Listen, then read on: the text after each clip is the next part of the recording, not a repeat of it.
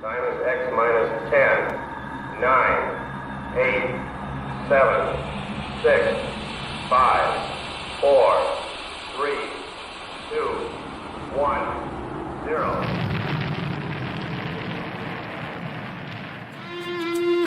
It's the Rocket Hour. Y'all are now tuned in. Time to hit the pick four that you'd love to win. If your money's coming slow, step on the faster track with your host, Ricky Pasternak. Let's go.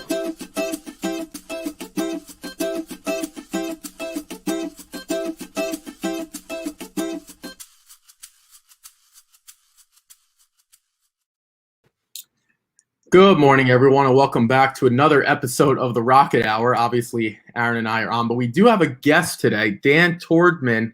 Dan was on yesterday with the Magic Mike show that didn't include Magic. He replaced Magic. Magic's got dad duties to take care of. But Dan, welcome. Obviously, you got a nice Racing Dudes hat, not the same hat as yesterday. So we got apparently a lot of the gear has been spread around across the country, which is nice to see. Good morning. Thanks for joining us. Morning, man. It's good to be here. Yeah, definitely got all the merch. The boys hooked me up, so always proud to rock it. Literally to rock it here. And in terms of what we'll talk about today, I think you should know, like, I have been just so in the weeds with like Derby and everything I was going to Triple Crown. Like, I hadn't had time really to dig into a card quite the way I dug into today's late pick four. So hopefully that's a forebearer of good things. So we'll see what happens. Yeah, Aaron, good morning to you. Happy Pat Maroon Day. You want to walk us through what that is? Yeah, man. 2 years ago today, Pat Maroon scores probably the biggest goal in St. Louis Blues history, a double overtime winner over the Dallas Stars round 2. Of course, we go on to win the Stanley Cup. So, yeah, it's a great day. 2 years ago today that happened. Game 7, he's number 7 on May 7th. I'll never forget it. It was probably one of the top 3 greatest nights of my life when that goal went in. It's such a relief that we were able to win that game. And, Dan, I know you're a big hockey fan. You probably remember that, right? Yeah, I mean, I'm not currently talking hockey as a Rangers fan, but I'm happy for you. I'm glad that you get to root for things and that you have championships recently to celebrate and that sort of thing. So anyway, what's the Joel Rosario thing? Can I ask about that? Well, you weren't on Wednesday when I just gave him such high compliments for his ride on Rock Your World. I really wish he was on because I thought he did a hell of a job. No, I'm joking. We're gonna walk through that. But yesterday, speaking of the Rangers, my name was Tom Wilson. And we missed the Rangers Capitals fight. I told everyone maybe they should just suspended him for one game, and we would have avoided the 140 minutes penalty minutes or so. Multiple fights, a line fight actually for 3 fights right out of the gate. Maybe we would have avoided that. So my name was Tom Wilson yesterday, but Joel Rosario is a good segue into what we're going to get into. Obviously, we just saw the Kentucky Derby on Saturday. Aaron and Jared were there. I was sitting on my couch watching with my family, but I'm going to show the chart, and then we'll get into a little bit of an introduction with what you do, how you got into it after. But because you brought up Joe Rosario, we'll kind of switch the order of what we're going to do because it's a solid segue into why that name is that way. Hopefully, you guys can see the charts again here on Equibase. If not, you can find it yourself. And I'll throw it to Dan first because you guys already kind of know what Aaron and I thought of it. But Dan, I know you were on Medina Spirit, so congratulations to you for having him in the mix there, 12-1, and really went gate to wire. Kind of talk about what you were feeling going into the race, maybe the lack of speed, kind of the rail position. The post position, I should say, was the 8, which is a prime spot. Kind of just tell me what you were feeling before, during, and after the race with Medina Spirit going gate to wire. Yeah, I guess I just felt that, there was a good chance history was going to repeat itself. We saw Johnny do this last year with Authentic. And when I looked at the field, I thought that there were maybe 2 horses that could potentially go and apply token pressure to Medina Spirit, but I thought just based on, you could just watch the horses Bob Lewis, and you watch that race, and the horse is the fastest horse in the race. Now, had Midnight Bourbon gotten away cleanly, Had Rock Your World gotten away cleanly, I think they certainly could have applied pressure, but I didn't think they were necessarily faster than Medina Spirit, nor did I think that they would want to compromise. I mean, the riders of both those horses want to compromise their horses by, going all out through, an opening half of 45 flat, which I was fairly convinced that Medina Spirit could do if he needed to. So as it turned out, obviously a little bit of, for my benefit, some racing luck with the Rosario situation on Rock Your World. Those things you can't predict. And I will say that while I'm taking my victory lap this week about, on Medina Spirit, I am also still carrying my head in shame about Mandaloun, because that was a horse. I even tweeted, I think Friday night or Thursday night, who's your, if he wins, I lose horse? For me, it's Mandaloun. And I can tell you just about any other horse second, I would have had one of my best days ever. But because of Mandaloun, I only had a decent day. My win money wasn't nearly as heavy. I did play a saver exacta where I keyed Medina Spirit overall. That doesn't feel great. So, but yeah, I think, but that's the Derby, right? Like, I mean, you want to be right. You want to get paid for your opinions when you're right. But with 20 horses, in this case, 19 horses, so many variables, it was a tough, at least to my mind. I think if you saw Medina Spirit doing what he did, it would have been hard to have seen Mandaloun doing what he did. I didn't see both things being possible. So anyhow, that's where I am in my recap of the Derby. Yeah, I'm sure it's not the first time you've recapped it. So we'll apologize in advance for you doing this the 50,000th time, probably just 6 days later. But you're right completely about Medina Spirit getting the pace set up. Johnny Velasquez pretty much replicating last year's ride. I think Aaron and I talked about it. Authentic and Tis the Law are probably better than this field. Whether you want it Authentic or Tis the Law, either way, I think both of those horses were probably better. And obviously people were on Tis the Law. The Haskell for Authentic wasn't all that pleasing last year. So I think a lot of people went that way. And then the Travers, obviously, and the schedule was obviously very messed up with COVID and things like that. But your point about a decent day, you know what? A lot of people had losing days. So we'll take decent over spectacular, even though spectacular is great. I'm going to bring up my name, which is Joel Rosario. Aaron and I shouldn't say Aaron and I talked about it. Aaron just listened to me rant for 2 minutes. Was that, to me, that was not only the worst ride of his career, it's arguably the worst ride I've ever seen. Now, take that with a grain of salt because I'm only 24 years old. So let's formulate that for a minute. They're probably worse rides that I don't remember or weren't around for. Not only, he needs to lead or at least tactically, he's got to be tactical. He's got to be at least in the top 4, right? Everyone knows that. Then he breaks. He doesn't break well. You could blame the starter, whatever, but your foot's out of the stirrup. So as far as I'm concerned, you already lost. You haven't left the gate and you lost. Okay, so then I came on here and I wasn't really sure. Everyone chimed in and said, no, it wasn't a real horse's collapsing issue. His foot was actually out of the stirrup. Is that not the word? Like, I felt like a loser before the race started, which is really tough to do unless the starter has the horse and doesn't release him properly. And we've seen on a very rare occasion that's a non-starter. And then you get your money back for that part of the race. But this was pretty much a non-starter because Joel Rosario wasn't even prepared. He didn't look prepared to ride. He didn't look prepared mentally. The horse needs to lead, and we have him sitting, according to this, 10th. What was that?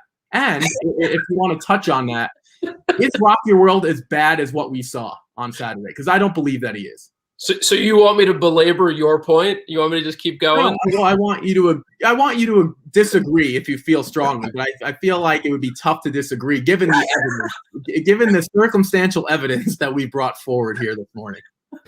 So, look, as someone who had a lot of money on Bodie Express in the Preakness a couple of years ago. I feel your pain. Like, nobody wants like all their money to go out the window the second the gate opens. So, and I also had Honor AP last year, who took a nice bump coming out of the gate. Now, it's a different sort of thing, right? I mean, it's a different sort of non-preparation. I mean, and it's not like he was in the 19 post or he was the last, they were the last horse to load, right? I mean, he was in there for, I actually didn't watch the load, but I assume he was in there for at least a few more horses loading in and had an opportunity to get settled. So yeah, look, I get the frustration. It totally sucks. And I wanted to see what Rock Your World was. I wanted to see what he could do. So just from a like racing standpoint, from like a fan standpoint, I wanted to see how the race would have developed with him not being eliminated at the start. And we were on a live show when it was happening, and like, it took me a couple of moments, but I think it was probably, at least quarter mile into the race before I realized, I'm like, wait, where is Rock Your World?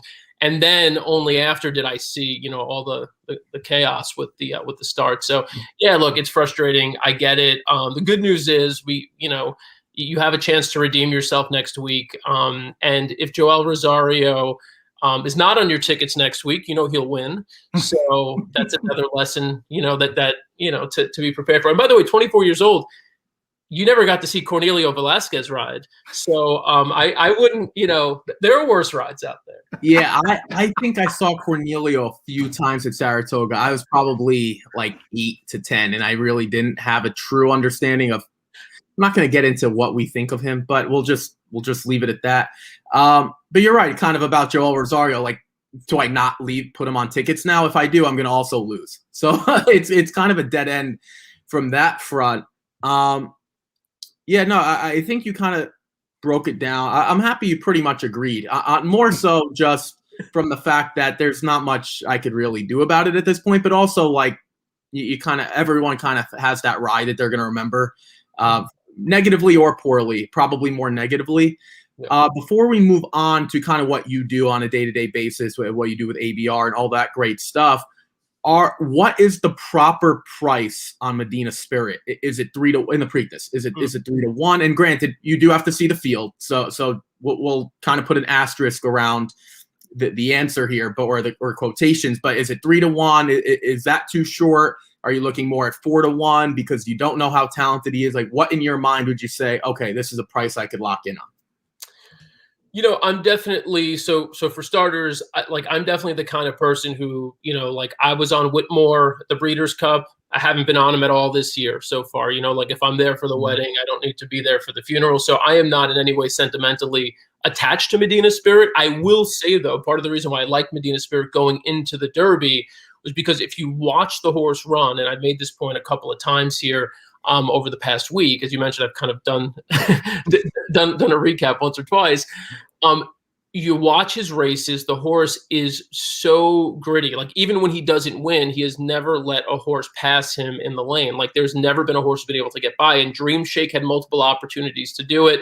And then, obviously, again, to bring up the Robert B. Lewis, he had Hot Rod Charlie there, who went on to win the Louisiana Derby, not be able to get by despite a beautiful setup in that race, and despite the fact that Medina Spirit took a ton of early pressure in that race. So I wouldn't, be like, oh, Medina Spirit, like whatever, that was a fluke. He didn't face any pressure in the Derby and he won, and, Baffert's this and that. Medina Spirit's a good horse. And the reality is he's going to be tough to beat.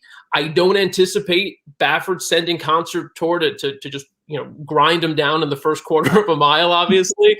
The wild card to me, I think, is Midnight Bourbon. Let's see what Midnight Bourbon does. Can he go with Medina Spirit? Can he put on enough pressure early? And if he does, who does it set up for?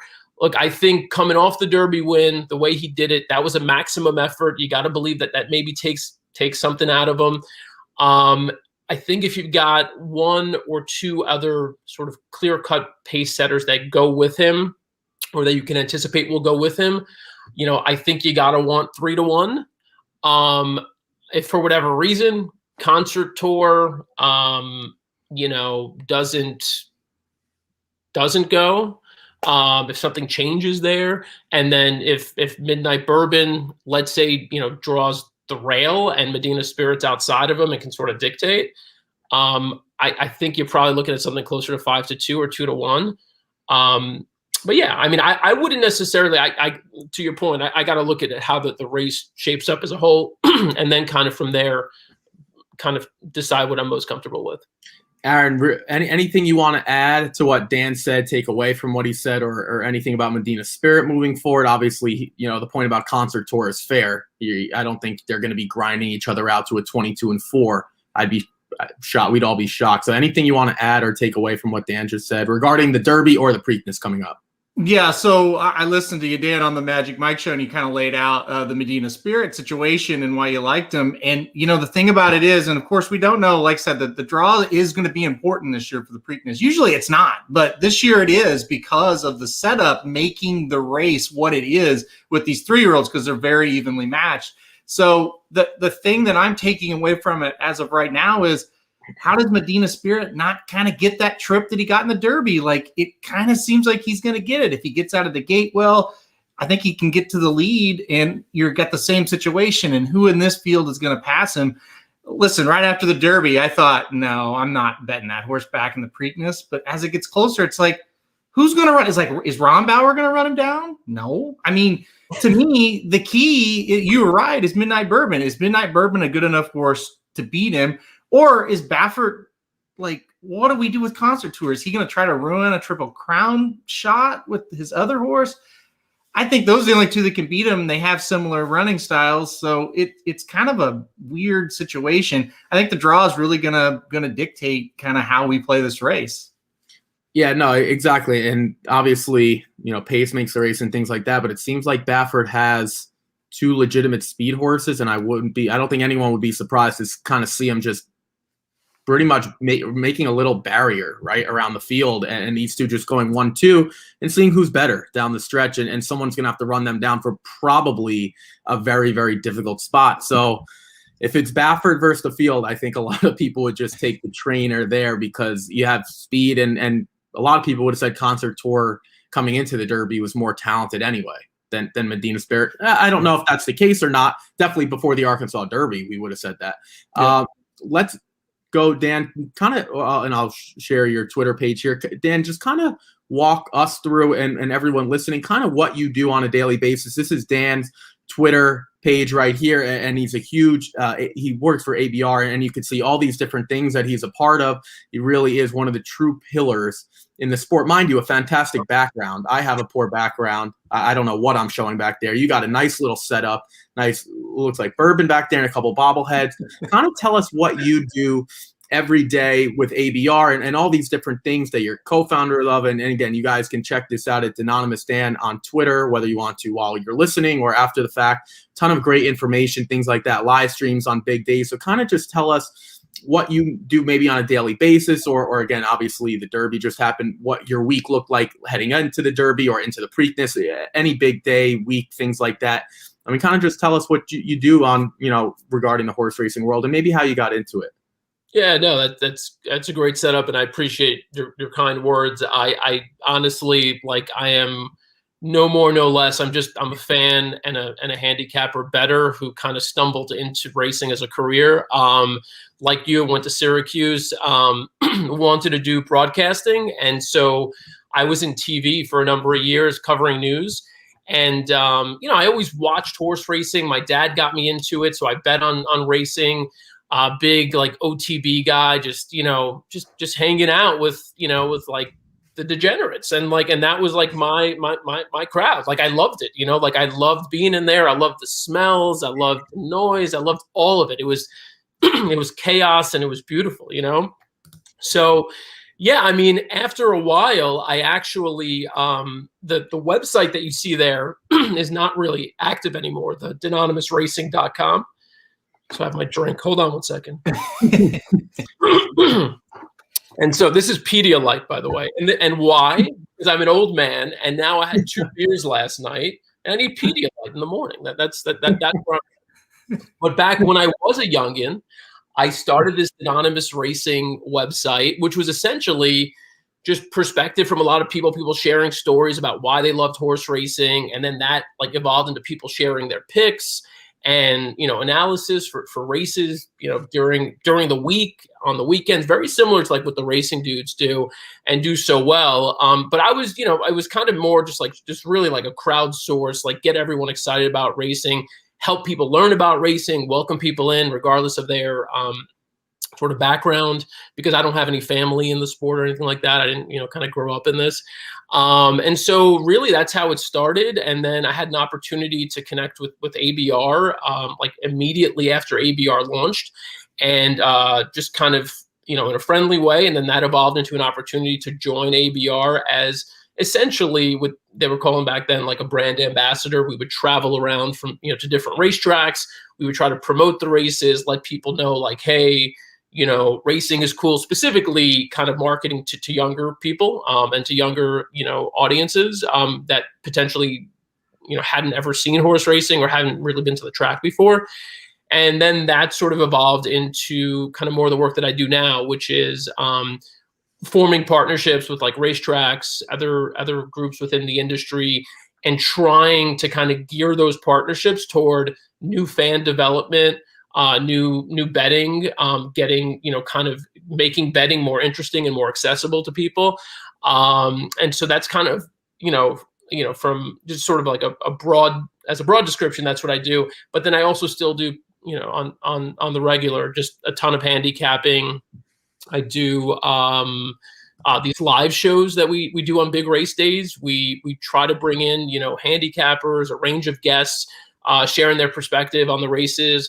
Sometimes we're able to like actually stream the races and we can watch the races and react to them in real time, which is cool. Sometimes we could just essentially describe what we're seeing and try to give up to the minute analysis, as the horses are like literally, kind of getting ready to go in the gate. So you can make those last second bets, which is, probably the best time to bet if you have that luxury. So that's in general what I do. America's Best Racing, for those who don't know it, haven't been to the website, you should check it out, americasbestracing.net. There's really something for everyone. Like people have, over the years kind of pigeonholed it as like, oh, like it's just, people wearing fedoras and bow ties because that's me. And they're just, like they want to take a shot. There's so much more than that. There's, there's analysis every weekend of big upcoming races for that weekend. There's an app that's tied into what ABR does. It's called Stay Lucky. It's a free to play app, costs you nothing. You could win prizes. You could win $1 million. It's just it regardless of your area of like your level of expertise in racing, ABR kind of has the door open for you where you could come in, learn more about racing, and get involved, at sort of a low risk level until you become more comfortable. And as you graduate up to the point of wanting to invest more and do more with betting, we've got that too. So. Yeah, no, it's obviously, I always say there's a three pillars of horse racing, and this is just my opinion. It might not be right or wrong. There's the fan of the horses, the equine athletes themselves, like the actual fans of the horses, the animals. Then you have the racetrack experience, which you sometimes don't get at some of the smaller tracks, but that, your Saratogas, your Del Mars, your Keenelands, we don't have to go through it. And then the betting aspect, the wagering aspect. Now, a true horse racing fan, to me, has all three pillars together. Some might only have one, but and Aaron and I talk about this all the time. It's not that people don't like horse racing; they're just not introduced to it. And once they are introduced to it, they fall in love. From my perspective, I love wagering on anything, and it's the quickest fix, right? It's 1:30, 2 minutes, sometimes even 55 seconds, depending on what race you are. So. It's always interesting. It's literally the quickest 2 minutes in sports, and that's been known for a reason, because from a wagering aspect, there's nothing that's going to be quicker than horse racing. There's nothing. I'd like to find maybe greyhound racing. I don't know, but it's like this is the fast. This is it. So everything you just said, I actually was reading an article this morning on the do's and don'ts of Preakness. I think Penelope Miller wrote something like that. Like basically, if you were interested and you want to do something and it's on the don't list, don't do it. If you are interested, like just your roundabout point of, it's not just wagering. It's little things like if you're going to the Preakness for the first time, check it out. These are things you can and can't do. And that's maybe more for people that aren't into the wagering aspect, just want to have a good time, never been to Baltimore, whatever the case may be. But to your point, really just it is a website for everyone. Obviously, there's handicapping on there. There's wagering. And for the longest time, I was using the ABR bet calculator because I couldn't do it in my head. I was using it forever, and it's very easy to use. So yeah, the website is great. Everything that you guys do is great. And you're right, the live stream, sometimes it's tough showing the races. Sometimes legally you can't, sometimes you can. Aaron, anything you want to touch on regarding what Dan does? Obviously, you guys have been in the industry way longer than I have, probably before I was born. Anything that, ABR wise, or anything you guys, Aaron, with the Racing Dudes have done with ABR in the past? I know you have been on live streams and things like that for big events, and obviously, just an ABR and the Racing Dudes, just kind of two giants really that kind of are just trying to elevate the sport really as a whole. Yeah, two groups that have the same goal, and Dan hit it right on the head. And I think him and I and Jared as well, very similar in the fact we did not grow up in this game. We didn't know anybody when we started. So that's kind of the cool thing. And once we got introduced, we're like, we need to get other people involved, because if we think it's fun, I think other people think it's fun. And yeah, when we started, it was just like 80-year-old dudes at the track and us. So we try to get younger people involved. I feel like more and more we see younger people, so that's good. Just real quick, Dan, before we get into the Belmont card, kind of talk about, because I heard you on the Magic Mike show, and maybe if somebody missed that's watching this show, kind of talk about your Preakness thing that you've got going on with ABR. It sounds like it's going to be a lot of fun, and you're getting back to the track. I know you're excited about that. So kind of talk about that a little bit. Yeah, so I was jealous of you guys. I saw your pictures from Derby, and I was like, oh, man, I got to get back to the races. So I haven't been to the track since Pegasus of 2020. That was, I didn't realize then that it was going to be, what it turned out to be. I mean, none of us did. And so, given, the hardship that everybody has gone through, and obviously in more severe ways, some more than others, I realize that things, are what they are, but I am just thrilled to get back to the races. I'll be headed to the Preakness with Bram Weinstein, who we do a lot of live streaming content with, and Danielle Monet for the WWE fans out there. If you remember Summer Rae, so Summer Rae is on Team ABR now. She is awesome, by the way. Like, horse racing is like, especially like the core, like racing, like especially, and like, the hardcore, the traditionalists, the purists, they're always kind of like, their first instinct is like, oh, who's this person who's who's coming into horse racing now, let's give them a hard time. She is like spectacular. Is just like, so interested in learning about the sport, and she is really just kind of thrown herself into it. She hosts a show on Fridays on our channels with Blackjack Fletcher called Always Be Racing, and Chase Sessoms.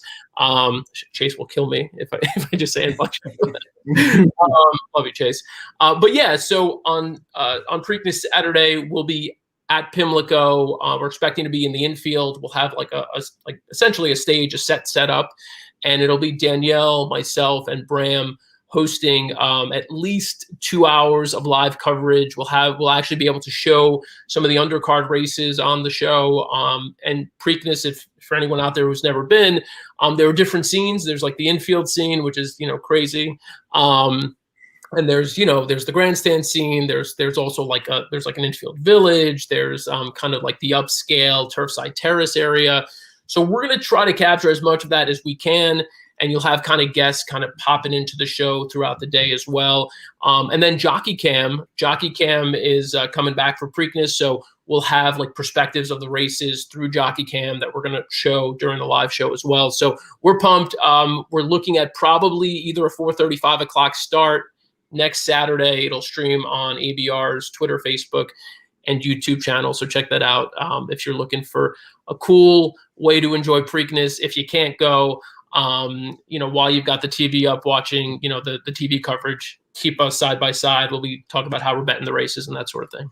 Yeah, no, that's all great. And something that we try to do, and obviously ABR is trying to do, just show as much content legally as we possibly can, right? It's just different aspects of the Jockey Cam thing.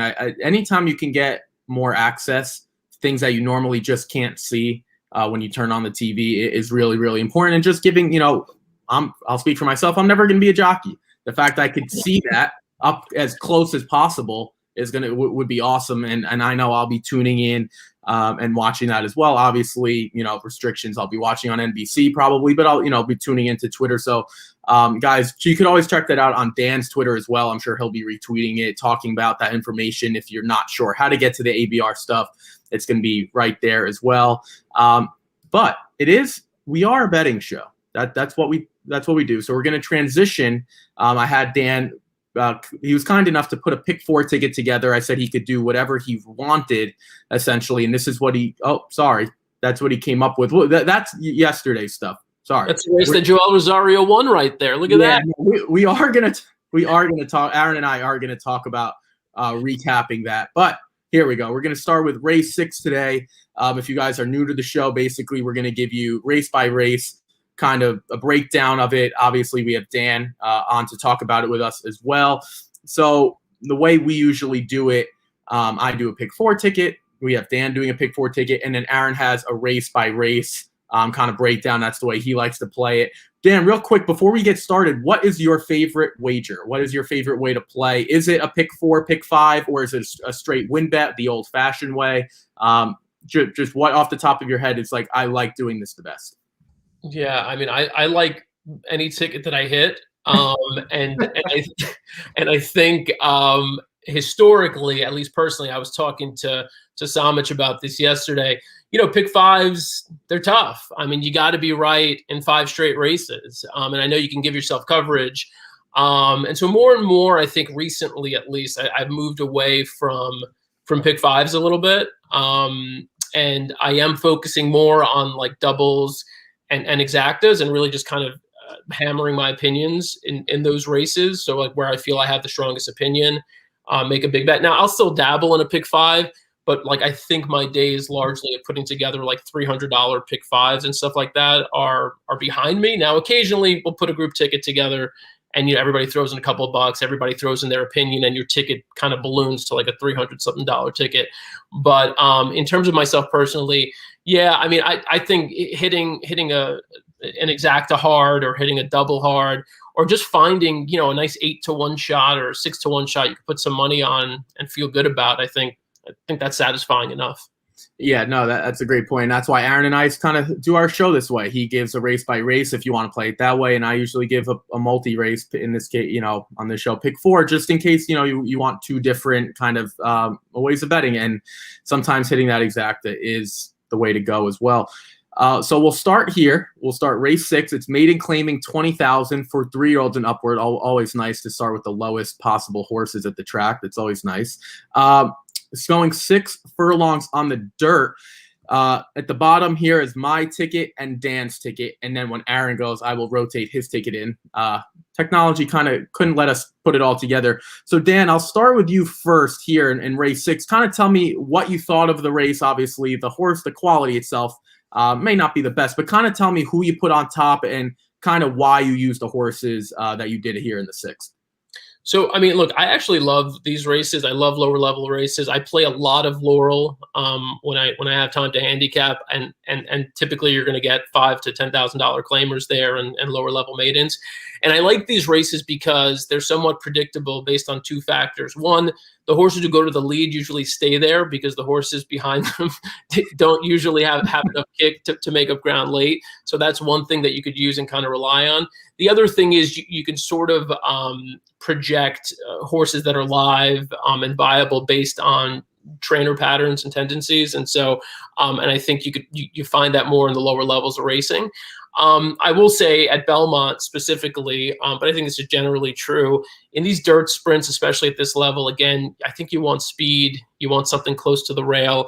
And in this instance, with this race in particular, I thought that Shadowboat, the one horse, kind of dropping down to a level that's going to be the softest level that he's ever been in, and knowing that he has been able to flash some speed in the special weight level, I think it's fairly safe to assume that Shadowboat will probably be on the lead, and at worst be sitting within a length of the leader. I think there were 4 dirt sprints yesterday at Belmont, and all the winners either wired or were sitting within a length of the lead throughout. So Shadowboat, I think, is right there. The trainer, Jorge Duarte, 32% off the layoff and 26% with Manny Franco up. And so all those things point to a very strong likelihood that Shadow Boat wires this field. Then again, the only reason I added a couple of other horses in this race is because it is a maiden 20. This is a horse that, they paid $80,000 for. I don't like seeing such steep drops. And so, here's a horse goes from 3 special weight races, hasn't raced since September, and now reappears, and it's just at pretty much the bottom level, maiden level here at Belmont, and can be picked up for 20K. So that's concerning. They obviously are not in any, they don't feel the need to hold on to this horse. So with that in mind, I used a couple of other horses who I thought could potentially be close enough to the pace and who aren't exposed at this level. So we haven't seen them at this level lose multiple times. Like the 7, who's probably going to take a lot of money, has finished second at this level, I think in 6 or 7 straight races, something ridiculous. Warfront Fighter. I'm not messing with that horse. I went to a long shot just outside of him, Canyon of Heroes, 20-1. Trevor McCarthy up. We've only seen this horse once. He got blown out, but that was a race on the turf. They moved to dirt here, put the blinkers on, so I think you might see a little bit more early speed.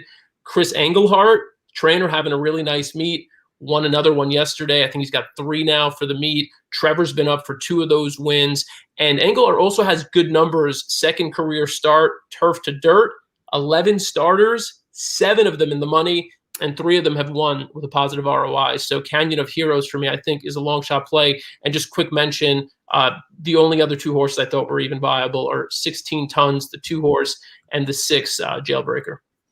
Aaron, I'll go to you now, and then I'll wrap it up. You went with an exacta with the 1 over the 2-7. So kind of talk to me what you thought about Shadow Boat. And obviously, we get to this level, right, Aaron? And there's going to be something wrong with all the horses. It's maiden claiming 20,000. There's no horse in here that looks like a surefire winner because they wouldn't be in this spot. So you went with the 1 over the 2-7. Kind of walk me through your thought process in the opener. Yeah, I don't have to add a whole lot because I think Dan did a pretty good job. And the main thing that I agree with on his point in these races, you want speed. They don't like to pass horses, this bunch, So, yeah, I definitely think Shadow Boat, the 1, is going to take this field gate to wire. Certainly looks like it. And, a lot of times when you see low-level horses coming off layoffs, you get a little worried, but you made a great point. You look at this trainer, 32% off the layoff. So it's like, yeah, I'm not worried about that. This horse just looks to have the most speed. It's funny, Ricky, we talk on the show all the time about how you and I come at it from different angles from a wagering standpoint. I agree with Dan 100%. The 7 is not a horse to use on a pick 4 ticket. But if you're playing an exacta, the 7 is absolutely a horse to use. And he said it best. I mean, the horse just finished second every time. You could make a case today's the day for the 7. It gets Irad Ortiz and another one that has early speed, but you just kind of get the feeling, yeah, somebody will beat the 7, but I would like to have that horse underneath. So I used the 2-7 underneath. Kind of the situation here why I did an exacta and not a win wager. At this low of a level, I'm not completely confident in betting any wins at this low of a level because they're here for a reason. They're not great. Also, I'd like to get a little more bang for my buck if my opinion is right here. So I think the 1 can go gate to wire. Keep the level a little low, just a $5 exacta with the under that or with the 1 over that 2-7. It seems like this is either a race where we go and go, well, that was straightforward and it played out like that, or it is a complete bomb. So I do kind of like adding the prices there as well. But I thought it was pretty straightforward from a pace scenario. The 1 should take this field gate to wire. Yeah, I'll wrap it up. Aaron's going with a $5 exacta with the 1 over the 2-7. Nothing to say about the 1, but there are question marks. Not having run since September, we know that. That's going to be a question mark at all. And I just couldn't single a horse that hasn't finished in the money once. The closest was 9.5 lengths. Granted, that was at Churchill Downs last May, but not even close. I thought 16 Tons was interesting, but to both of your points, there's no speed. So now I'm relying on this horse to close. Jose Ortiz does get a board, which is, I don't mind saying it. He is the best rider that anyone else has had, that this horse has had. I don't really care who I'm offending. That's just the way I am. That leads me to the 7, the Warfront Fighter. Can Irad Ortiz get a neck better on this horse? I don't know. he was aboard a long time ago, like multiple races ago, like at the beginning of his career. If Irad Ortiz is able to get literally a neck or a nose better on this horse, he can win. Now, I'm probably going to be the guy, I tell Aaron, with egg yolk on my face when he's 0 for 16. I couldn't leave this horse off. This, to me, he is the most interesting horse of the sequence because he's going to take money, right? Because of Irad. It's kind of to both of your points. Now, Shadow Boat and 16 tons might be a little bit of an overlay. So we're going to see. I think that's extreme because Irad always takes money. If that horse is 50 to 1, he will be 20 to 1 because Irad's riding. I think this race is extremely interesting because Warfront Fighter has finished second 5 times in a row. So it's going to be really interesting. I just couldn't leave that horse off. But again, he's probably going to finish third by about a length. That's just my luck. Let's move on. Aaron, I'll start with you here. I'm going to start in race number 7. Starter allowance for filly, 50,000. Starter allowance for fillies and mares, 3-year-olds and upward, going 1 mile on the turf. We do not have any scratches. By the way, they are good, fast, everywhere, firm, all that good stuff on the track today, so you don't have to worry about weather. Aaron, I'll scroll your stuff at the bottom here. You went with a simple win wager, and I can't blame you. There's a tactical duo here of Irad Ortiz, Christophe Clement, and that is your 7 that you're using, Ocean Air. Yeah, a lot of positive signs with Ocean Air. First of all, really nice win last time out going this distance. So that's always a good way to start. And, as everybody knows that watches the show, pace is a big part of my handicapping. You look at this, there's a lot of horses that I think are going to try to get out in front here.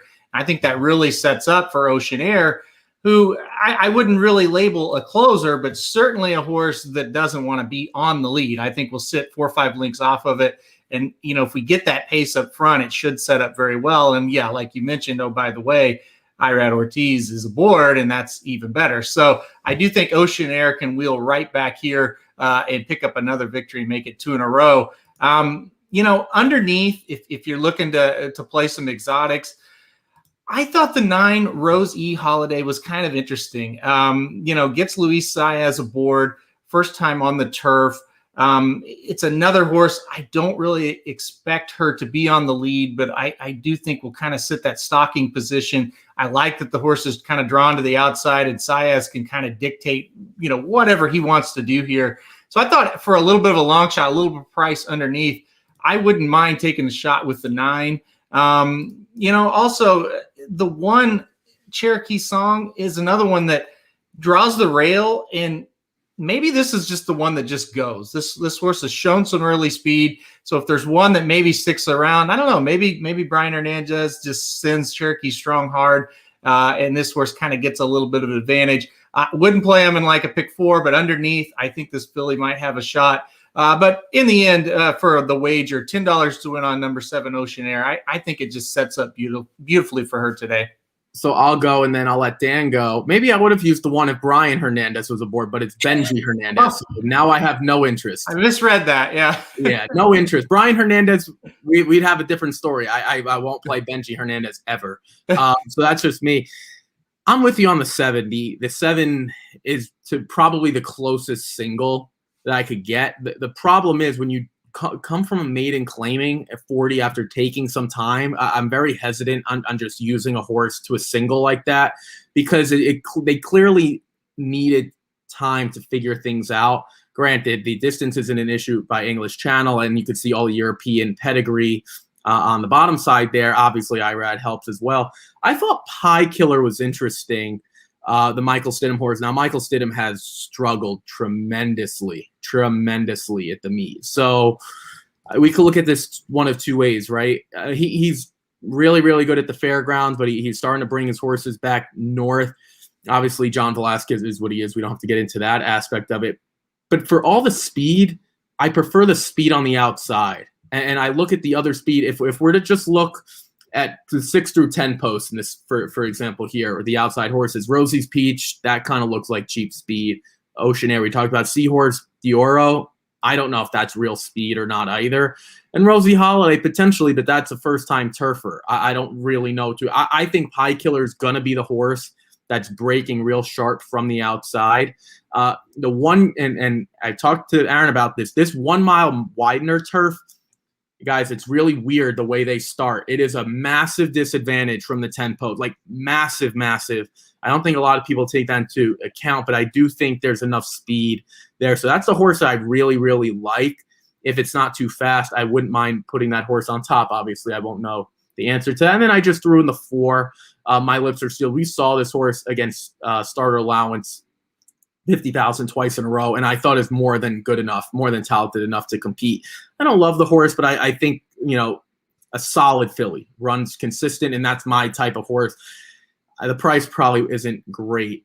Dan, I'll go to you now. Obviously, you could talk about any of the horses that obviously we already mentioned, or I know you have the 9 on your ticket that Aaron likes a little bit at 10-1. So kind of tell me what you thought here in this sequence.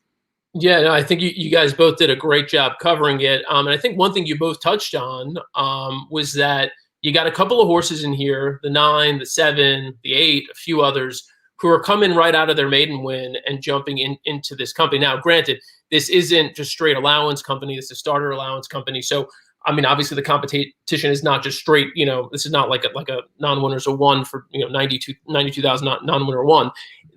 It's going to be a little easier, but I generally don't like playing horses against winners first out.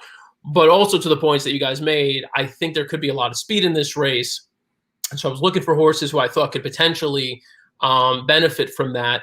And so the 2 that we mentioned, I think most prominently, Ocean Air and Rosie Holiday, I think are 2 that can. Rosie Holiday, if you get a chance, and again, I try to always encourage, if you have the time, watch as many replays as possible, because I think just looking at Rosie Holiday's 2 races, I wasn't, nothing jumped out at me. I was like, oh, wow, like Rosie Holiday, great, like whatever. When I watched that race, that last out race, though, my opinion completely changed on the horse. What you see there, and the thing that jumps out, is that she won by 3 lanes. But what you don't see is that she sat pretty close to a soft pace, was wide early, and then she fended off a challenge from the race favorite. They cleared off. She was 3 lengths ahead of the horse finished second, but then the horse who finished third was a further 13.5 lengths back. So they completely demolished that field. And Rosie Holiday had a lot more in reserve after traveling a bit wide. So I think Rosie Holiday, look, if you get, a price anywhere near that 10-1, I would certainly consider a win bet, even a win place bet. I know a lot of people just stick to the win. I'll take some place money on a horse at 10-1 in a field like this. So I like Rosie Holiday a lot. One horse that I kind of went to, I texted you this morning, Ricky, to just say, hey, look, I may have an addition to my ticket. And one horse that I added actually was Better With Age, the 2 horse. If you look at, this is one who has had experience against winners, at least a couple of races, and the recent results haven't been there. But you're getting Jose, and I'm like, why is Jose on this horse? I'm like, okay, let me take a closer look. Last year, she came back off a layoff with a dirt race, which didn't go well. And then she showed significant improvement switching to the turf. They're doing the same thing here. They brought her back in a dirt race. Now she's in a different barn, but now they're moving to the turf. That first race on the turf, you saw big improvement. I think he could see big improvement again here going to the turf. And she's a dead closer. So she's definitely not going to get mixed up with that early pace that we talked about. I think there's a very good chance she closes for a big piece, and I think she could get up if everything breaks just right, and if she can improve second off the layoff, first for Steve Klasaris. I think there's potential. There's enough to like and I think she's one who could potentially add value in this sequence. And apart from that, I'm using Ocean Air on the ticket as well, and then My Lips Are Sealed, I think, is potentially the best of the speed, and it's Eric Cancel up for Weaver on the turf, which is a strong angle of mine. So Cancel Weaver on the turf at Belmont. I think that they're always going to be, live and potentially scary. So I would use that one as well. Yeah. No, I think you're right about that. I don't mind the jockeys that I don't think are as good going to the lead, because the instructions are very simple. Just get out there. There's not as much race riding. Just get out there and slow it down as much as you can. Aaron and I talk about that all the time on the live stream here. Let's move on to race 8. This is a true allowance race for fillies and mares, 3-year-olds and upward, going 1 1/4 miles on the turf. So these runners will be asked to go 10 furlongs here. And I'll start. There are a lot of question marks. First of all, the one, Halo City is out. That is an MTO. Halo City will not be running. So we're really 2 through 7 here, a small, compact field. I'll be brutally honest. There are a lot of question marks. I used as many as I thought I would need to get by. Like, I'm not confident in I pretty much used anyone that I thought had a shot. I'm just going to talk about one, and that's I think that's Dragon Tea, or it's probably British, so Dragon Tia. I don't even know how I would say it. Getting Joel Rosario, who now I have to play, of course, for Christophe Clement, this is going to be really, really interesting, right? Obviously, tons of pedigree. The distance isn't an issue, but the layoff isn't actually as long as a lot of the other European runners. Sometimes we see 9 months, 12 months, 11 months. This isn't quite as long. This is probably like in the 7-8 month range.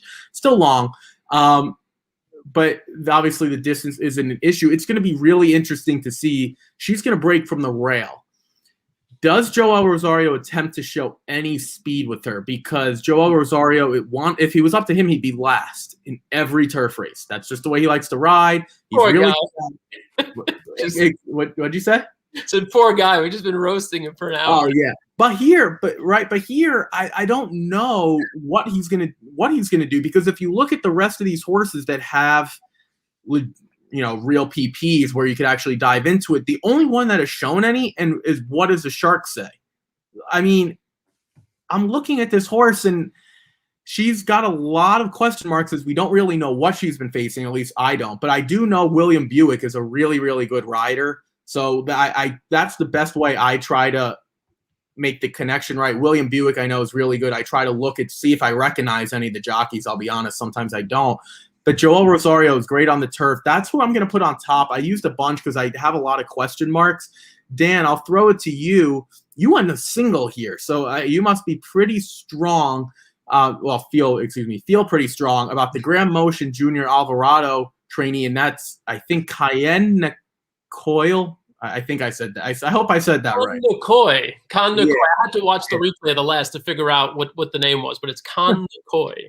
Yeah. So talk to me about the 5 a little bit. Again, this is your single, so your strongest play of the sequence here. By the way, I am strong as well. After drinking Pedialyte, I'm feeling really strong. So do you guys do that? Is that like something people still do, drink Pedialyte after, like they wake up with a headache? Or I've heard of it. Yeah, I've definitely heard of it. I don't think I've ever done it, but I have heard of it for sure. So working with the Syracuse basketball team, I can say people would drink Pedialyte as a regular drink. So yeah, I'm not going to say who it was, but yes, they drink Pedialyte on a very, very, very regular basis. That's so funny.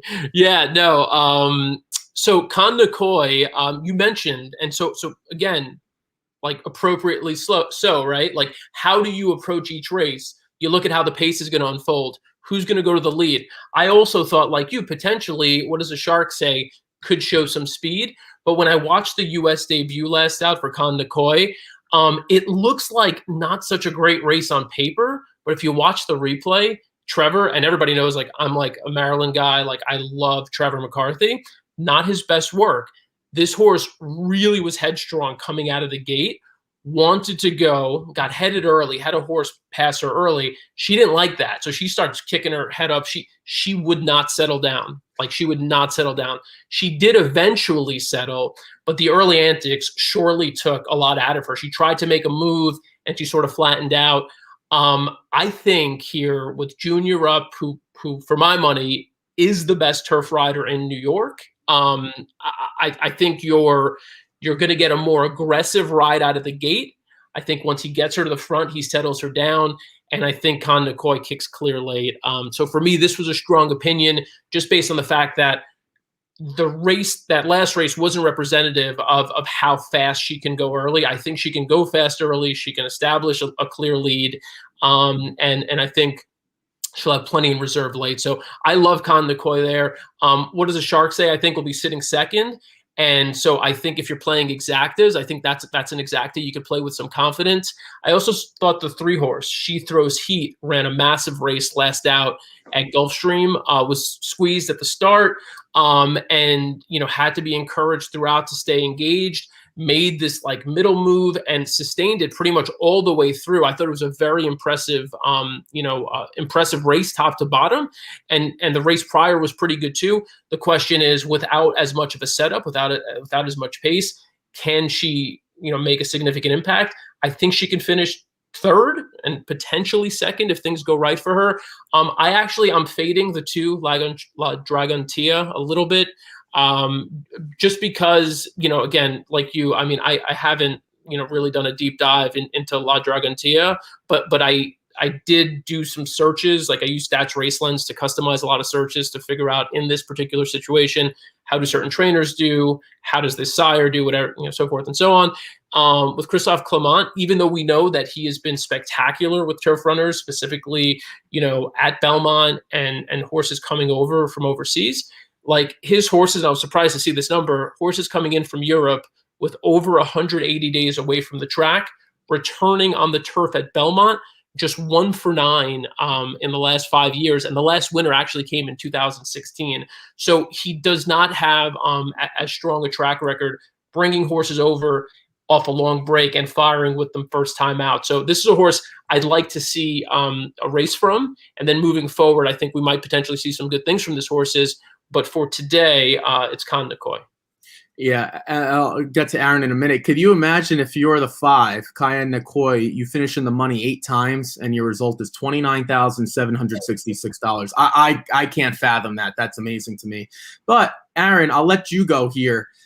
This is also a win bet for you on the 5. So now that you know how to pronounce the horse, I think that's a good step because I didn't know. What did you think? Obviously, you're the biggest Junior Alvarado fan, especially on the turf, that I probably ever met. So I know you agree with Dan on that point. Kind of tell me why you went with the 5 and made a strong win wager as opposed to maybe boxing a couple other horses. Yeah, dude. Like, I think Dan and I are brothers today. Like, if you want to know why I like this horse, just rewind and let's listen to what Dan said. It seems like we've handicapped this very similarly, so it's just going to be we're either going to lose together or win together, right? I mean, Dan, I totally agree on the replay. That was my biggest thing too. You watch that race, that horse just wants to go. Just let her go today, and I definitely think that's what Junior's going to do. I think she gets the lead.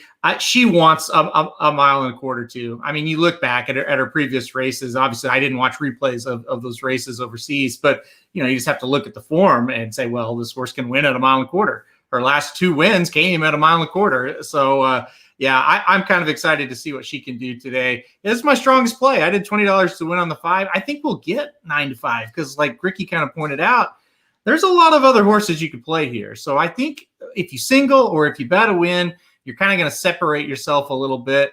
And I totally agree about Junior Alvarado. That's who I would want. If I had one on the turf, that's who I would choose to ride. So I don't have to add on too much. I just have a really strong opinion on the 5, and hopefully we can get it home. For my money, I also love Jose Lezcano on the turf as well, and that's why I included that horse. What does the shark say? I don't say this about riders. I really don't want Jose on the dirt, but when he's on the turf, especially for like Linda Rice, who he rides for often, that's what I want, and that's why I went 2, 3, 5, 7 because I just have too many question marks on a lot of horses, and I would be shocked if anyone won. I could even see Javier making some case with the 4 Song of Innocence. It's the only horse I really couldn't make a case for was the shocker, the Benji Hernandez horse, the 6 Wicked Amber. Let's move on to the final race here. Another maiden claiming for New York bred, 40,000 fillies and mare New York breds going 6 furlongs on the Widener turf. Dan, I'll start with you to kick this final race off. We have a couple MTOs that are out, the 8 Roxon and the 13 Fancy Feline. I think that's how we would say it, Trevor McCarthy. We'll start here though, Dan, and the final race, kind of tell us where you went here. You used a bunch of horses, which I think is fair because you get to this level and there are a lot of question marks. So we won't have you go through all of them because I'm sure I'll cover a couple and Aaron might cover a couple. So kind of tell me who you were looking at to kind of key on top here. or maybe kind of a race shape up, a pace shape up, things like that here as they approach the Widener turf to finish out the card. Well, let me throw this to Aaron first, because I don't want to. I just stole his thunder with Con Coy. Do you like the 10-horse Esacita, or should I start speaking about her? I do like the 10. Yes, I but do. You take it. You got. I don't want to. I don't want to say everything that you're gonna say. No, I love it. No, you go ahead. Then I don't have to do anything. That's why it's great. So, yeah, look, I thought, as opposed to, the other race that we looked at a little bit earlier, where we saw all that speed, large field, and, we thought that, hey, this is going to potentially set up for a horse from off the pace here. We haven't seen a number of these runners run more than once, but Esacita, I think we know for sure is gonna try to get to the lead. You have a horse here stretching out from actually this is 6 furlongs, so not stretching out, but has shown speed at 6 furlongs. So I think you're going to see some of the same. You've got next out winners, so running with good company as well. And then obviously you've got a pretty significant drop in class as well. So I thought Esotica is the horse to play here for me. I think gets to the front and stays there for a long time. Mike Maker, by the way, 31% in state-bred turf sprints for whatever that's worth. So I think these are kinds of races that Maker will win. You got Irad up for the first time as well. You got to love that.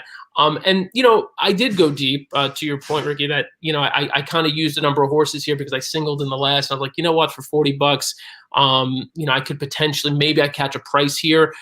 So I threw in a couple, but you could go shorter here if you want. And I think if you're going to go shorter here, the only other horse that I would insist that anybody add would be the 4 Sport Model.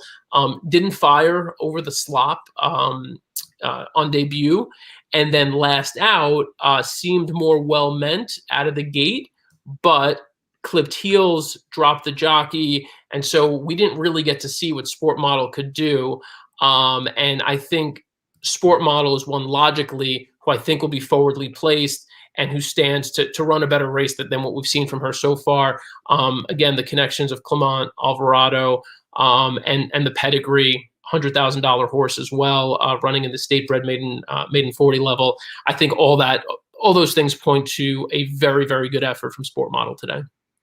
Aaron, I'll let you go here. Kind of tell me where you went in the sequence. I know you got a trifecta box for us to wrap up the card. Yeah, I think it's hard to kind of play a win here for what I like to do, and even an exacta. It's just tough. You want to get a lot of horses involved. I think the race sets up well for a trifecta play. It's a big field. It's a wide open field. There's a lot of, hidden angles you could go with here or there. So I went with I went with a 50-cent trifecta box, 3, 5, 9, and 10. I won't touch on the 10. Totally agree with what Dan said there. I did use the favorite, the 3 Quantitative Reason. It's just one of those things. Long layoff of Brad Cox. That's no problem for him. This horse has been running, last time out was in a straight maiden. First time out was in a maiden claimer, pretty much the same level, same distance, and got second. So for me, I think that's just a logical horse to use, especially if you're playing a try. I wouldn't really blame you if you tried to beat this horse as far as the pick 4, but it's kind of one of those situations you really want to get beat by Brad Cox and lose a pick 4 because of that. Probably not. The other ones I used, the 5 and the 9. Second time out off of the layoff for the 5, was at this level last time out, kind of was the other horse that could be up there amongst the pace. And so, a little bit of improvement second out. I could see this horse making a little bit of noise. And then the 9, Bertinga, another one, I think we'll see improvement today. Kind of like the same angle with the 4 that Dan mentioned. I kind of thought that way with the 9. Only has 1 race under her belt. It did not go well. I do like that Luis Saez jumps aboard this horse today. It tells me 2 things. 1, I think that he will be aggressive and get this horse a little bit forwardly placed. And 2, it tells me that this horse at least can run a little bit if Saez is wasting his time in the 9th race here at Belmont to jump on this horse. It tells me that somebody's told his jockey agent, hey, this horse isn't horrible. If he wants to take this mount, maybe she can run a little bit. So, it's definitely a race you kind of take some guesses and kind of take some chances here. So 3, 5, 9, 10 trifecta box for me to close it out. I think one of the biggest things, and Dan, you talked about it earlier in the show, the way you structure your pick 4 ticket doesn't necessarily determine how you win and lose. For me, I had so many more question marks in race 8 that I went a little shorter here because I have less question marks, even though the quality of the runners are obviously not even in the same atmosphere. I don't really have too many questions about the horses that I use, and that's why I didn't go deeper.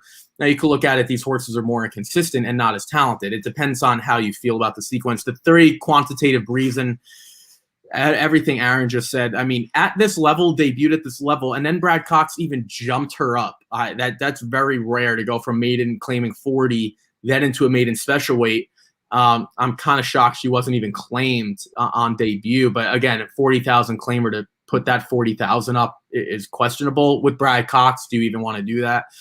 The layoff, again, is a concern, but I wouldn't be surprised if she showed more speed here as well.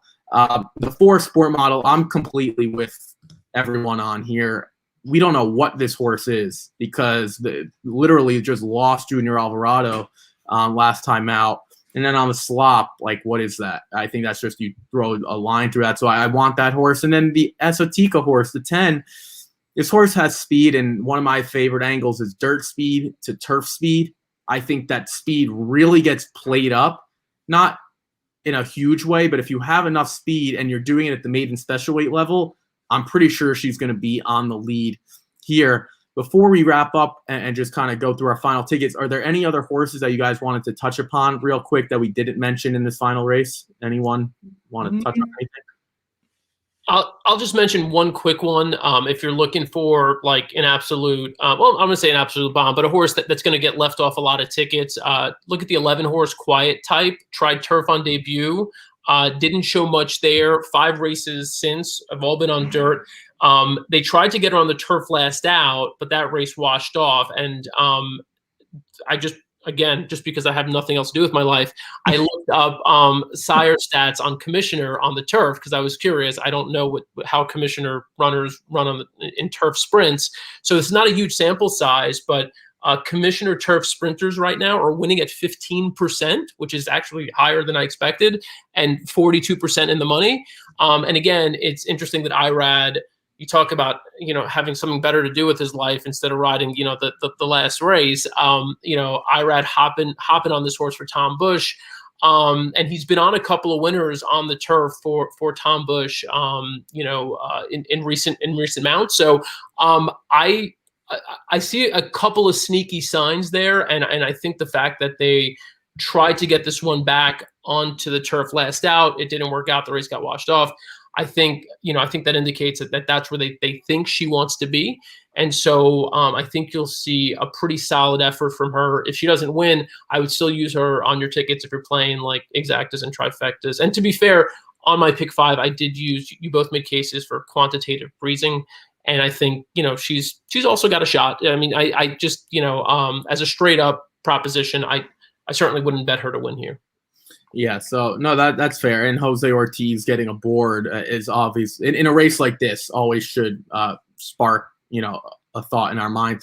Let's wrap up our ticket. I'll go first since it's just going in order. I went with the 1, 2, and 7, with the 4, 7, 10, with the 2, 3, 5, 7, and then the 3, 4, 10. For me, the biggest race like I'm most interested in, I can't believe I'm saying it, is Warfront Fighter. Like, is that horse finally going to win 5 straight second place finishes? This is the true Irad Ortiz effect. Can he get a nose or a neck better than Eric Consell? If he can't, then I'll officially stop playing. This horse has cost me a lot of money, so I figure what's the point? I'll just continue to lose. So that's where I'm going. It's the weakest race I think of the bunch, but that's the one I'm most excited for. Dan, what are you? Kind of tell us your ticket one more time, and then kind of tell us what horse or what race you're looking forward to most here.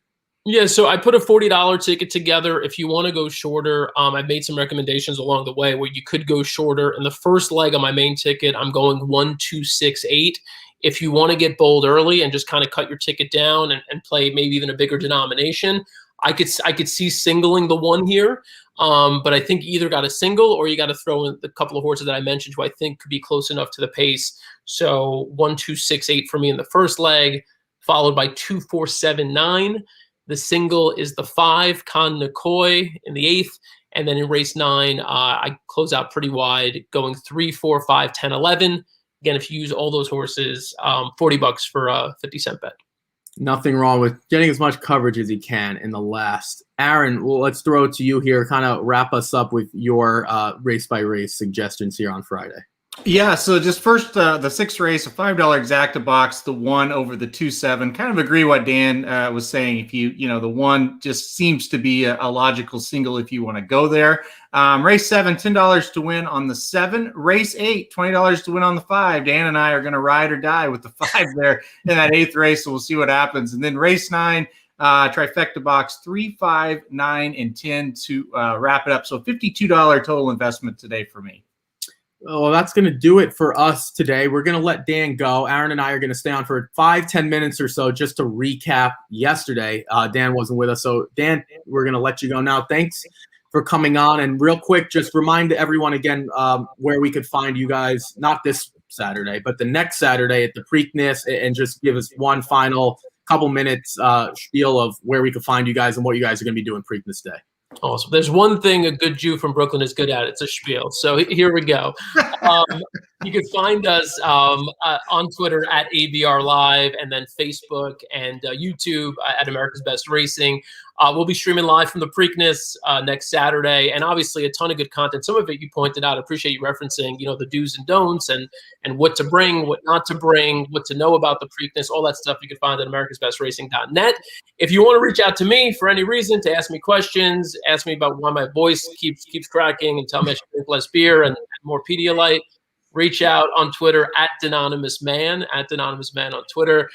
Guys, it's been a pleasure. I really appreciate you having me on and getting me to forcing me to get my act together and put a lot of time and thought and effort into this Belmont card today. So I really feel confident. I think we're going to make some money today. So I hope everyone's on board. Yeah, that's the goal, and I think we could all make money today. I was looking at our sequences, and I think we all can. There's at least one horse in every race that we could all be rooting for. It's just right. We can all. Hopefully, we can put that together again. Dan, thank you guys for coming on. Make sure he'll have plenty of content on his Twitter page, ABR, all that good stuff. But next Saturday, he will be in Baltimore with all of his crewmates, castmates, all that good stuff. So make sure you guys tune into that live next week. I'm sure there'll be a ton of content. And next Saturday, probably around 4:30, 5 o'clock, there'll be live coverage from Pimlico, exclusive coverage. You will not find that anywhere else. You could find that on his Twitter page. Dan, we'll let you go now. Enjoy the weekend. Feel better. More importantly, let's try to make some money today here on Friday. We'll see you soon, Dan. All right, guys. Pleasure. Have a good day. Thanks, Dan. So, Aaron, it's just us now. We're gonna recap yesterday's card real quick because we're a little over, but we'll do it real quick and we'll get to why we're doing that in a minute. Well, Aaron, we'll just start. I'll just kind of say what happened and you just kind of tell me what you thought. Race 6, we were worried about this horse Royale, and Royale really just went gate to wire. No issue as a lukewarm 5-2 favorite. Yeah, that's a good way to start it off, right? That was, you had that sort. Obviously, you killed this sequence. So we'll talk about that. But yeah, I had this horse on top for me as well, and couldn't have been any easier, really, right? Just got out in the front and took him gate to wire. That evil Joel Rosario, who can't win on a speed horse, wins gate to wire like he does when he rides a speed horse. Usually, that first, that is just like a crazy notion that people have in their heads. On a speed horse, can't play Joel. He wins gate to wire very often. So anyway, and he does it right here. So it was a good way to kick it off.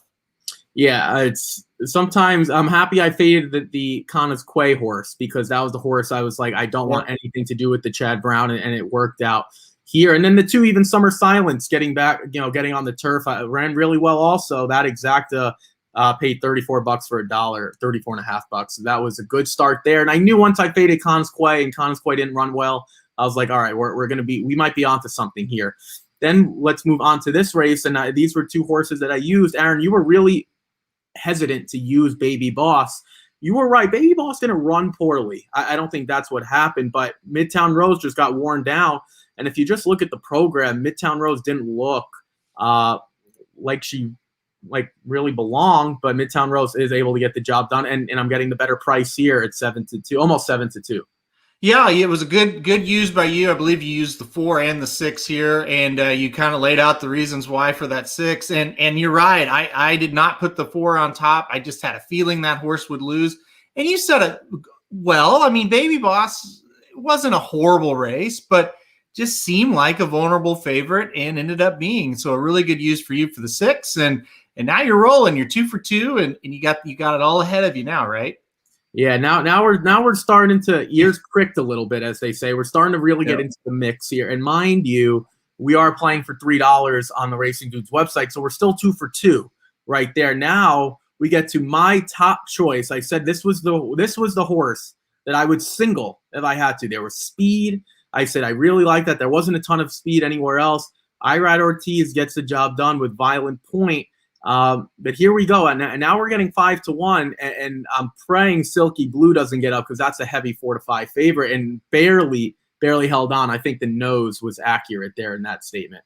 Yeah, dude, this was the race of the day at Belmont. This was so much fun to watch, and I was following you along by this point, and I was like, oh my gosh, I don't know. That was so close. I don't know who got it. Of course, I had Silky Blue to win. The horse just gets beat a nose, but a great call by you on Violent Point. And you were right. You laid it out again, and it was a situation yesterday where how you laid out the races is kind of how they unfolded in the sequence.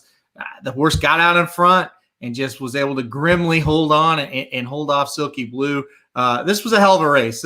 I love races like this where you've got, for yesterday's card, some high caliber horses for sure for a Thursday card. And it comes down to a nose there. Just a hell of a race and a really good call by you. Yeah, I think this was probably just talent-wise. This is probably the best field of the day. Allow its optional claiming. That's usually what your feature of a Thursday is going to be. You did well, though, with Screaming By. You made a case for that horse. The other horse I made a case for, Impassable Down, it was horrible. Luckily, that didn't affect anything for me. That horse was really, really bad. It was nice to get a 5-1 on top. And then here, Aaron, in the final race, I'm able to get the better of the 2. At this point, I have multiple options. I had the 4 available. I had the 5 available. I didn't have the 7, but I had the 9 available, and I had the 11 available to me. But I get Corey Scores home. Corey Scores was dead last early on, and this horse came flying home, and I'll scroll down a little bit more so we could see the times. This wasn't all that fast. But you know what the difference was? These horses that, you could see there, Days, Humor, you're up by 3.5 lengths. There's no way a horse at this caliber of a level is going 8 to wire in that field. Eventually, that 22-4, even though you're up by 3.5 lengths, it was a little headstrong, and Corey Scores from the clouds able to get this one home almost 6-1. It really worked out for me in the end with this one. Just real quick on the big ticket, like the $3 ticket that hit. What horses did you have? Oh, so we could show that now. I knew what you had on the Rocket Hour, so I knew you had it hit, but I didn't follow that big ticket. I just wanted the question being what was going through your mind that you knew you had the big ticket hit, and who all did you have there? So here is the $3 ticket, right? So you had the 4 and the 9. You basically had to root for the 9. You had no other chance. Right, yeah, because the 4 Zerenia wasn't there. Mind you, the 8 in the 50-cent pick ticket is not bolded. I understand that. Someone pointed that out to me and said, do you realize the 8 wasn't bolded? And I said, I didn't know that until after, so I apologize for that. It should have been bolded. Not that it's irrelevant, but yes, it should have been bolded. Yeah, so at that point, you're right, because Zerenia had zero chance at the top of the stretch. Was 3 or 4 wide into the turn and progressively gained, but was not going to kick home. And then I see Corey Scores from the clouds, and I was like, no way is this horse getting home. And Corey Scores did. Now, granted, I did have Days Humor as well, but I don't remember what it was paying. It wasn't going to pay what it was. And then we scroll over here. You could see a $227 pick 4, which is really, really solid, I think. And all obviously logical horses. There wasn't any bombs, anything like that. Mm-hmm. And this is what my grid looked like yesterday. So to be honest, I had Bella Sophia on there. who ran really well as a first-time starter. Like, I was close to a massive, massive day. Luckily, I was able to get the pick 4 home. And then, right here, all you have to do is read the article. And I do this every day. $13.63.50 for the $3 pick 4. And again, it's literally there at the bottom of the article for free. All you got to do is go to the article. So it was really, really nice. Someone chimed in with nice pick 4 at Joel. Yeah, today I'm Joel Rosario. But yeah, no, it was a great day yesterday. I know today is going to be even better. So it was really nice to get that home. And too bad we couldn't get Silky Blue home for you in the middle of that sequence there. But at least it worked out for one of us. I would say I would rather you got it at that point. If you're live to that one, I'll sacrifice Silky Blue for you. Yeah, no, it was really, really nice to cash that home. And I thank you guys for reaching out. I got so many emails and things like that, Twitter comments, things like that. Like, a lot of people, more so Aaron, just really chimed in and said, like, thank you guys for doing the live streams because it's free content. We're learning something. And I just basically responded with, that is kind of why we do this, not from the wagering aspect, but just to create more fans and momentum and things like that. So we really do appreciate all of you guys chiming in and things like that. It's really, really important to us. It just helps grow the sport and the brand, obviously, the Racing Dudes brand as well. But more importantly, kind of just helps the sport grow. The bigger the sport, the more people that get involved, it's just better for all of us. So it was nice to get that home yesterday, but it's another day, right? You can't sit on your laurels. You got to use that bankroll. You got to roll it over, make it bigger. We have another fantastic Friday ahead of us. We just previewed Belmont with Dan. If you guys are just tuning in or you missed a little bit, you can always rewatch that. It will be done in a few minutes. You can start at the beginning. I have Churchill Downs and Gulfstream again available as well. A lot of people chimed in with Churchill Downs. They emailed me back and said Churchill was good yesterday as well. So we're just trying to build that momentum and Preakness next week, Aaron. I know we'll have a guide out, I'm sure of it. I don't know when that's coming out, but I'm sure it will be out at some point, probably next Thursday or so, something like that. So he'll be working on that. But yeah, you guys can always check out racingdudes.com. Plenty of free content. Aaron has his top pick choices from all the tracks. Like, there's not a lot there, but there are top choices for him. Obviously, my article is there for free as well. That gives you a little bit more of a content breakdown of the Final Four. So basically what we just did live, that's kind of in writing a little bit. Free picks and plays there as well. And then you can always buy the product as well. And then that'll give you even more of a breakdown. Soon, I'll be on the website. We're working on it. We're working on it. Waiting for the boss man to give me the okay. The good news is it's built and it's done. We're just working out the bugs on it now. So that's the process. Hopefully Monday or Tuesday. Well, I don't do anything Monday or Tuesday, but maybe for Thursday, it would be like next Thursday. Hopefully we're making some headway there. That would be great. Yeah, there's no chance we're gonna release an update on Preakness week, so definitely will not be next week, just so all the fans out there and Ricky. But the week after, I would say very good shot. Well, no, I meant more so like that it's done and I could start playing around with it and see what it looks like, and then we won't. I meant more so like it's done, because I still haven't seen it yet. I have no idea what it looks like other than Jared kind of telling me how it might look, but I don't know anything else like that. So yeah, it won't be released Preakness week, but hopefully the week after I'll probably, I don't know, be like the 17th, or 18th, I don't know, something in that range, 19th, I don't know, something like that, which that will cut down my time for everyone else, and that means I could put out more content. So that's ultimately what we're getting at. It'll be easier for everyone. But that's going to do it for us today. I got to go. I'm sure Aaron's got plenty to do. We will be on no live streams this weekend. I think everyone needs a break from each other. But Aaron and I will be on next Wednesday. Hopefully we can recap something today, or if we saw something over the weekend, we will do that as well. Huge day on Saturday at Belmont. So take a listen, to the Magic Mike show, which had Dan on it, replacing Magic. He's got, again, dad duties. So Mike and Dan talked about their late pick 4 sequence. I think there's like 5 stakes races, at least 4. Huge day at Belmont tomorrow. So make sure you tune into that. Everyone, we will see you guys Wednesday. It's going to be May 12th, I believe, May 12th. We'll be doing Belmont again. hopefully just a few days closer to the Belmont at that point, and the guide will be worked on and almost completed at that point. I'm sure they'll announce fields Monday, Tuesday, in that range, something like that. So yeah, draw's going to be Monday. So an early draw. That's great for getting the guide out. People. So hopefully Wednesday it's pretty much done. Maybe not released, but at least on Aaron's side, the writing can be done. So because it's a lot for him, and maybe Thursday night it'll be out for public consumption, as we say. So that's going to do it for us. We'll see you guys on Wednesday. Good luck today if you're playing Belmont, Churchill, Gulfstream, whatever you're playing, Santa Anita. Let us know. Always love to hear from you guys. We'll see you guys on Wednesday. Everyone stay safe, stay healthy, and we'll see you on Wednesday. Take care, everyone.